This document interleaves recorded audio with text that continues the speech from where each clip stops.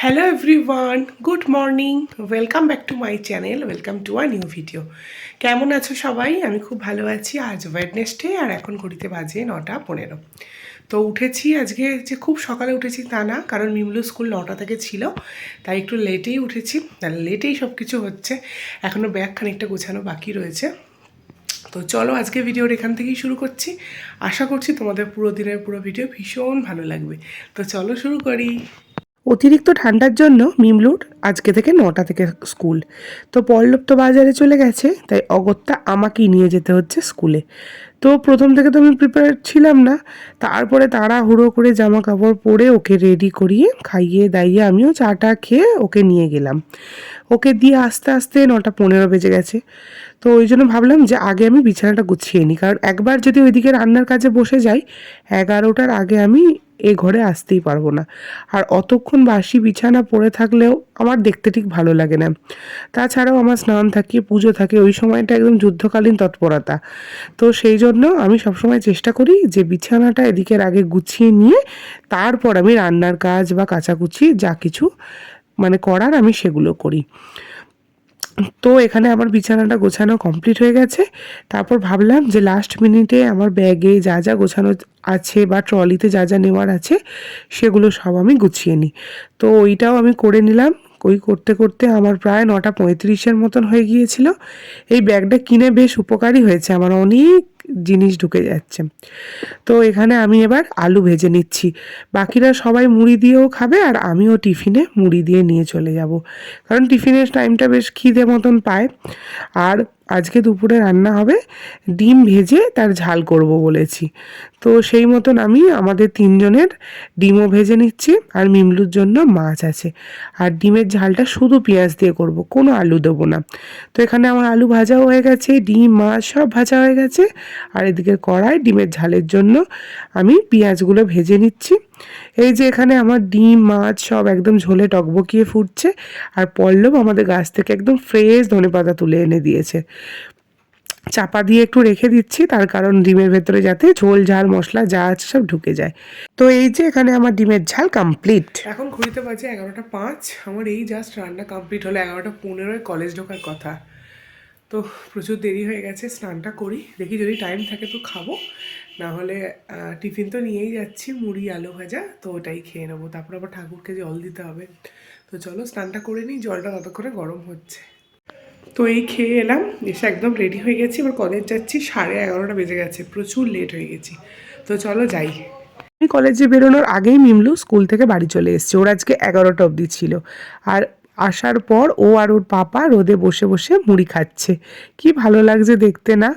আজকে না আমি এক্সট্রিম লেট করে ফেলেছি, প্রায় 11:30টার বেশি বেজে গেছে। কোনো দিন আমার এত দেরি হয়নি, আজকে শুধু দেরি হয়ে গেছে কেন ভগবান জানে। তো যাই হোক, আমার যেহেতু কলেজটা একদম ঢিলছোড়া দূরত্বে, সেই জন্য অতটাও মনে হয়নি। তো এটা এখন টিফিন পিরিয়ড, আমরা সবাই রোদে বসে টিফিন খাচ্ছি আর হনুমানের উৎপাত দেখছি। বেশ মজা লাগছিল, গল্প গুজব চলছিল, আর রোদের দিকে পিঠ করে বসতে এত আরাম হচ্ছিল। অ্যাকচুয়ালি স্টাফ রুমটা ভীষণ ঠান্ডা, তো এখানে বসলে না খুব আরাম হয় আমাদের, তাই এখানেই সবাই মিলে বসে রয়েছি। বাইরে থেকে টিফিন খেয়ে এবার স্টাফ রুমে চলে আসার পর দিদি আমাদেরকে চা দিয়ে দিয়েছে। মোটামুটি শীতকাল তো 2-3 বার করে চা খাওয়া হয়ে যায়। এমনিই অনেকবার চা হয় কলেজে, যতবারই হয়, এখন আর অতটা খাই না, কিন্তু আগে আমি প্রচুর চা খেতাম। তো যাই হোক, চাটা খেয়ে এখন ওই 3:30টার দিকে বাজে। স্টুডেন্টদের মোটামুটি আমাদের যা ক্লাস নেওয়ার কমপ্লিট হয়ে গেছে। এবার আমরা আবার বেরিয়েছি বাইরেটাতে রক্তগাঁদাগুলো দেখতে। এছাড়াও ধনেপাতা গাছ, মূলো গাছ, পালং গাছ, প্রচুর গাছ বসানো হয় প্রত্যেক বছর, এবং ওগুলোকে মেনটেনও করা হয়। তো আর সরস্বতী পুজোর সময় এই গাছগুলোতে প্রচুর পরিমাণে সুন্দর সুন্দর ফুল ফুটবে। আমরা ওই কাজের ফাঁকে, ক্লাস করার ফাঁকে ফাঁকে এসে পরিদর্শন করে যাই যে কোন গাছ কতটা বড় হলো, কতটা সুন্দর ফুল দিল। কালকে আমার মামা আমাকে এই লাকি বাম্বুর গাছটা দিয়েছে। এছাড়াও এখানে আরেকটা লাকি বাম্বু ছিল। এই স্নেক প্ল্যান্টগুলো তো আমাদের আগেই ছিল, বেশ অনেক ঝলমলে হয়ে গেছে, গাছপালা হয়েছে। এই গাছটাতেও আমি রীতিমতো যত্ন করি। আর এই মানি প্ল্যান্টটা কইটুকুনি এনেছিলাম, এখন কত বড় হয়ে গেছে। পল্লব দড়ি বেঁধে দিয়েছে যাতে উঁচুতে ওঠে। এই গাছগুলোতে আমি প্রত্যেক দিন জল দিই, আমার খুব ভালো লাগে যত্ন করতে। তো আমি কলেজ থেকে চলে এসেছি, এসে কিছুটা ব্যাগ গুছিয়েছি। এখন 4:20 মতন বাজে। কিছু এসেন্সিয়াল জিনিস যেমন চার্জার, তারপরে আমার ইয়ারবাড, এগুলো তো নিতেই হবে, ওগুলো একটু গুছিয়ে রেখে এসেছি। আর একটু রেস্ট নিয়ে নিই। আবার পল্লব যখন বাড়ি ফিরবে এসে আমাদেরকে উলুবেড়িয়ায় নিয়ে যাবে, তারপর একটু পার্লারে যেতে হবে, একটু ভাবছি বইমেলাটাও ঘুরে নেবো, আজকে শেষ দিন। তো কতটা কি হবে আমি জানি না, তো যেটুকুই হবে, মেডিসিনস কিনতে হবে, সবটাই তোমাদের সাথে শেয়ার করছি। এখন ঘড়িতে বাজে সন্ধ্যে 6:10। আমি রেডি হয়ে নিয়েছি, এর উপরে আবার প্যাডের জ্যাকেটটা পরবো। আর একদম ট্রলি রেডি, পুরো মোটামুটি সব নিয়ে নিয়েছি। শুধু মায়ের ওখান থেকে একটু মুড়ি চানাচুর নিয়ে নেবো, যেটা আর এখান থেকে নেওয়া হলো না। ওখানে গিয়ে কিনবো উলুবেড়িয়ায় গিয়ে। পার্লার যাবো, এখনও কিছু কাজ বাকি। বললো বাড়িতে আসুক, তারপর তো নিয়ে যাবে। এদিকে একটা দুঃখের বিষয়, মায়ের গোপালগুলো বাড়ি চলে যাচ্ছে। মা বললো যে ওদের নিয়ে আয়, অনেক দিন বাড়িতে ছিল না, কাল বৃহস্পতিবার ওদের পুজো করব। তো ওই জন্য আমার গোপালটা একা পড়ে গেছে বেচারি। তো চলো আবার আসবে ঘুরতে।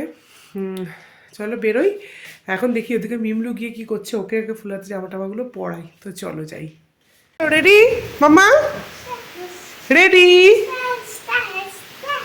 গোপাল ভাইরাও রেডি বাড়ি যাওয়ার জন্য। তো চলো বেরোয়।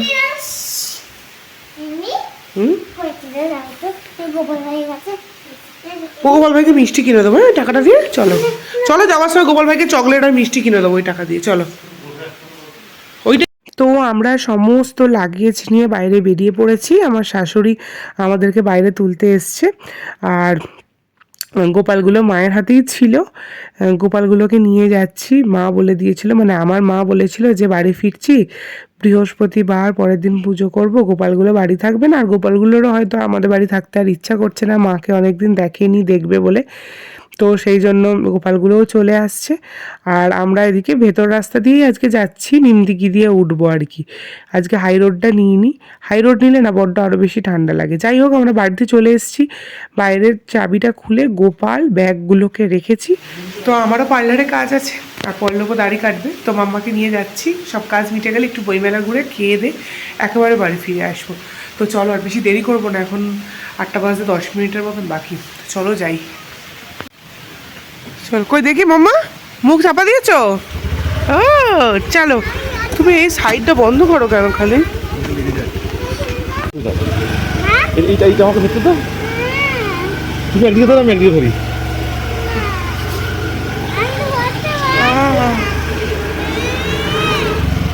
চলে এসেছি পার্লারে। এবার দেখি এবার বন্ধই না হয়ে যায়, 8টা বাজতে যায়। চলো পল্লবও সেভ করতে গেলাম, করে নি। মাম্মা আমার সাথেই আছে। শুধু হলো আমাদের পার্লারে কাজ হয়ে গেছে, এবার আমরা বেরিয়ে যাচ্ছি। মাম্মা আছে, আমরা আবার ফুল কিনবো, কালকে মা বলেছে এসে পুজো করবে, তো তার জন্য। তো চলো দেখি আর ফুল পাওয়া যায় কিনা। এখন প্রায় 8:30টার মতন বাজে। আমার মা প্রত্যেক বৃহস্পতিবার মানে দুব্ব, তুলসী পাতা, আম শাখা, বেলপাতা সব দিয়ে ঘটে পুজো করে আর কি। তো ফুল টুল দিয়ে, আর গোপাল যেহেতু অনেক দিন পরে আসছে, মা বলেই ছিল ফুল আনতে, তো ফুলের সাথে সাথে আমি মিষ্টিও নিয়ে নিলাম। কারণ নতুন বছরে গোপালকে আমাদের ওই বাড়িতে অনেক মিষ্টি খাওয়ানো হয়েছে, কিন্তু নতুন গুড়ের মিষ্টি খাওয়ানো হয়নি। তাই ভাবলাম যে গোপালের জন্য নতুন গুড়ের রসগোল্লা নেওয়া হোক।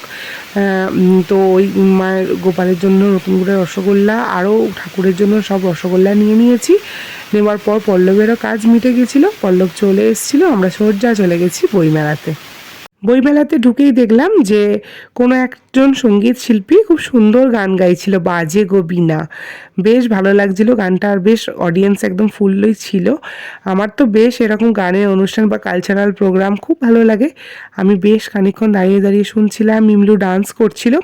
এখানে জলেরও ব্যবস্থা ছিল, যেমন কলকাতা বইমেলাতে থাকতো জলের ব্যবস্থা, এখানেও রয়েছে। মানে যাদের একটু জল তেষ্টা পাচ্ছে ঘুরে ঘুরে তারা খেয়ে নিচ্ছে।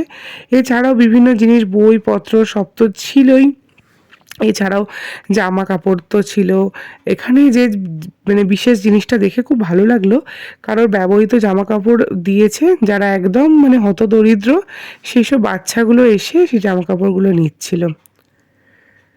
তো এখানে বিভিন্ন রকমের খাবারের স্টল বসেছে, মোমো, ফুচকা, চিকেন তন্দুরি, তারপরে চিকেন টিক্কা কাবাব, দই ফুচকা, জল ফুচকা, তারপরে ফ্রাইড মোমো, তারপরে নিউ শীতলার যে মিষ্টির দোকানটা, সেই মিষ্টির দোকানে একদম লাইভ পাটিসাপটা বানিয়ে দিচ্ছে। বেশ লোভ লাগছিল কিন্তু দেখে আমার। তো পরে একদিন দোকান থেকে তো পাটিসাপটা আমি খেয়েই নেবো। আর তাছাড়াও পিঠে পার্বণে পাটিসাপটা হবে। এখানে ছিল বেতের জিনিসপত্র, ছোট্ট ছোট্ট কুলো, দেখতে বেশ ভালো লাগছিলো। আসলে মিমলু অলরেডি নাগিন ডান্স করতে শুরু করে দিয়েছিল আর কি জিনিসপত্র দেখে, তো সেই জন্য বেশি এক্সপ্লোর করা হয়নি।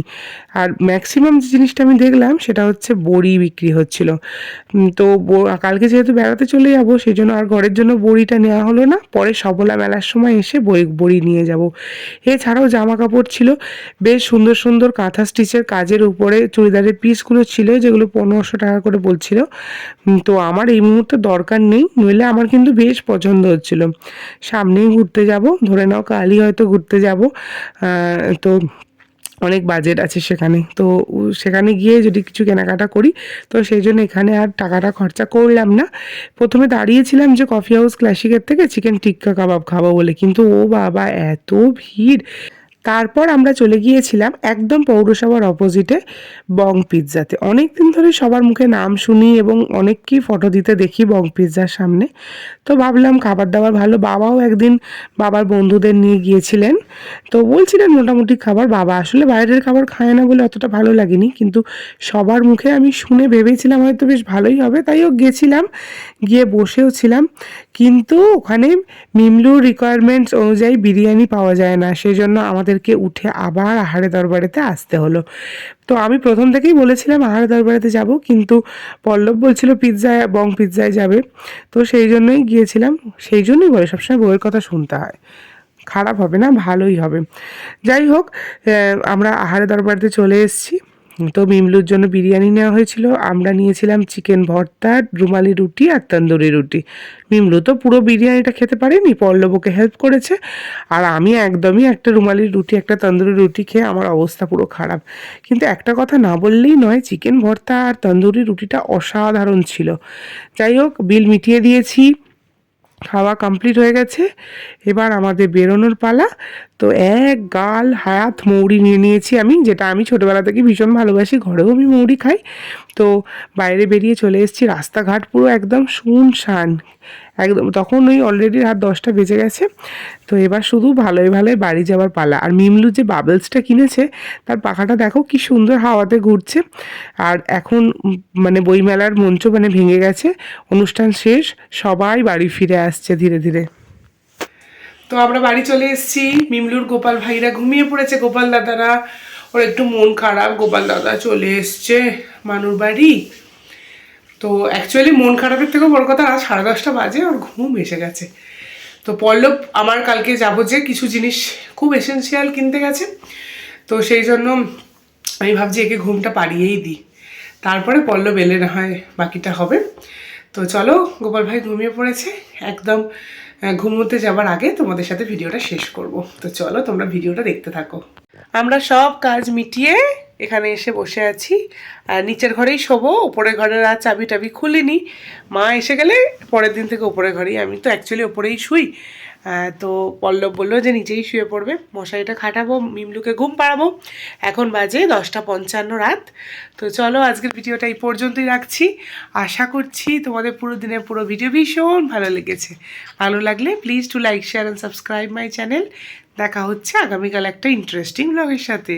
ততক্ষণের জন্য টাটা, গুড নাইট।